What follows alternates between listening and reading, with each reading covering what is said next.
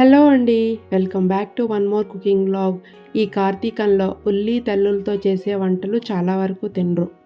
కేవలం ఒక్క ఇంగ్రీడియంట్తో మనం ఈరోజు చాలా టేస్టీగా సాంబార్ అయితే ప్రిపేర్ చేసుకుందాం. ఉల్లి కన్నా ఈ సాంబారే బాగుంటుందని అందరూ అంటారు. సో ప్రాసెస్లోకి అయితే వెళ్ళిపోతాం. ఫస్ట్ అయితే నేను ఒక్క పూట భోజనం చేస్తాం కాబట్టి నేను 1 గ్లాస్ ఆఫ్ పప్పు అయితే తీసుకున్నాను. బాగా వాష్ చేసుకొని 2 గ్లాసెస్ ఆఫ్ వాటర్, కొంచెం జీలకర్ర, పచ్చిమిర్చి, పసుపు 3 to 4 విజిల్స్ వచ్చినంత వరకు అయితే ఉడికించుకోవాలి. అంతలోపు వేరొక గిన్నెలో కొంచెం చింతపండు తీసుకొని వాటర్ వేసి నానబెట్టుకున్నాను. మీ దగ్గర ఏ వెజిటేబుల్స్ ఉంటే అవి తీసుకోండి. నా దగ్గర సొద్దుంప అండ్ మునక్కాయలే ఉన్నాయి కాబట్టి నేను రెండు అయితే తీసుకున్నాను. సొద్దుంపలకి లాస్ట్లో కాళ్ళు ఉంటాయి కదా, 4 గంటలు పెట్టి డైరెక్ట్గా అలా వేసుకుంటే చాలా టేస్టీగా ఉంటుంది. ఇంతలో పప్పు అయితే ఉడికిపోయింది. నెక్స్ట్ ఒక గిన్నె తీసుకొని కొంచెం ఆయిల్ వేసుకోండి. ఆయిల్ కాకపోయినా నెయ్యి అయినా వేసుకోవచ్చు. అండ్ కొంచెం పెద్ద సైజు అల్లం అయితే తీసుకోండి. మిగతా పోపు దినుసులు, జీలకర్ర, ధనియాలు, సరిసేవలు, ఎండుమిరపకాయలు, కొంచెం మెంతులు, మిరియాలు, సోంపు అన్నీ వేసి బాగా కలిపిన తర్వాత ఆల్రెడీ మనం కట్ చేసుకున్న ముక్కలు ఉంటాయి కదా, అవి కూడా వేసి కొంచెం కుదిపేసి ఒక 2 మినిట్స్ అయితే బాగా మగ్గనివ్వాలి. అందులోనే కొంచెం ఉప్పు కూడా వేసియండి. ఉప్పు వేసి ఒక 2 మినిట్స్ బాగా మగ్గితే బాగుంటుంది.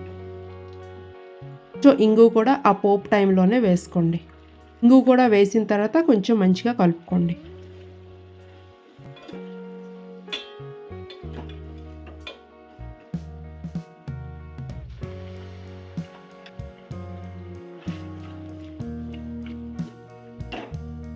2 మినిట్స్ తర్వాత మనం ఆల్రెడీ నానబెట్టుకున్న చింతపండు ఉంది కదా, అందులో రసం అయితే బాగా పిండి ముక్కల్లో వేసుకోవాలి.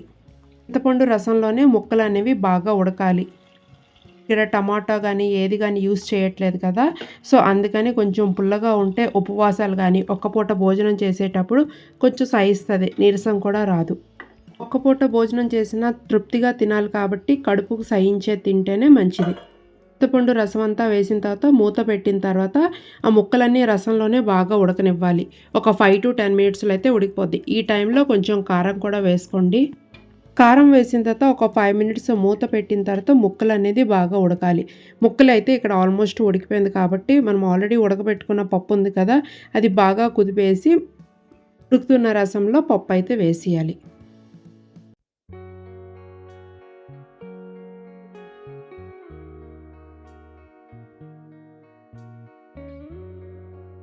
ఉప్పు కూడా వేసిన తర్వాత బాగా కలిపాక కరివేపాకు ఉంటుంది కదా, మనం తాలింపులో కన్నా ఇక్కడ వేస్తే ఆ ఫ్లేవర్ అనేది ఇంకొంచెం ఎన్హాన్స్ అవుతుంది కాబట్టి నేను లాస్ట్లో అయితే వేసాను.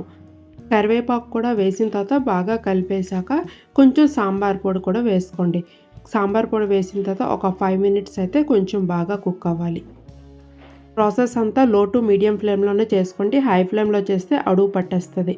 ఇంకా దించేస్తాము అనే టైంకి ఒక చిన్న పీస్ బెల్లం అయితే వేసుకోండి. బెల్లం వేస్తే ఏంటంటే పులుపు అనేది బ్యాలెన్స్ చేస్తుంది, అలాగే టేస్ట్ కూడా చాలా బాగుంటుంది. చాలామందికి ఈ ప్రాసెస్ తెలిసే ఉంటుంది. ఒకవేళ తెలియని వారి కోసం అయితే ఈ ప్రాసెస్ తెల్లుల్లి వేసిన టేస్ట్ కన్నా ఈ టేస్ట్ ఇంకా చాలా బాగుంటుంది. మళ్ళీ ఇలానే చేయమని అడిగి మరీ తినిపించుకుంటారు. బెల్లం వేసాక మూత పెట్టి 2 మినిట్స్ కుక్ అయిన తర్వాత స్టవ్ ఆఫ్ చేసేయండి. అంతేనండి, ఎంతో టేస్టీగా ఉండే సాంబార్ అయితే రెడీ అయిపోయింది. నేను దీనికి కాంబినేషన్ బంగాళదుంప బజ్జీలు అయితే చేశాను. ఆకు భోజనం కాబట్టి నేను ఆకులో అయితే తింటున్నాను. మీరు కూడా ఇదే ప్రాసెస్ చేయండి. ఎలా వచ్చిందో అనేది కమెంట్ చేయండి. ఇక్కడితో అయితే నేను వీడియో ఎండ్ చేస్తున్నాను. మరొక మంచి వీడియోతో నేను మళ్ళీ మీ ముందుకే వస్తాను. మీకు కానీ నా వీడియో నచ్చితే లైక్, షేర్, సబ్స్క్రైబ్ చేసుకోండి. Until then bye. సబ్స్క్రైబ్ చేసుకోండి, అలాగే కానీ మర్చిపోవద్దు.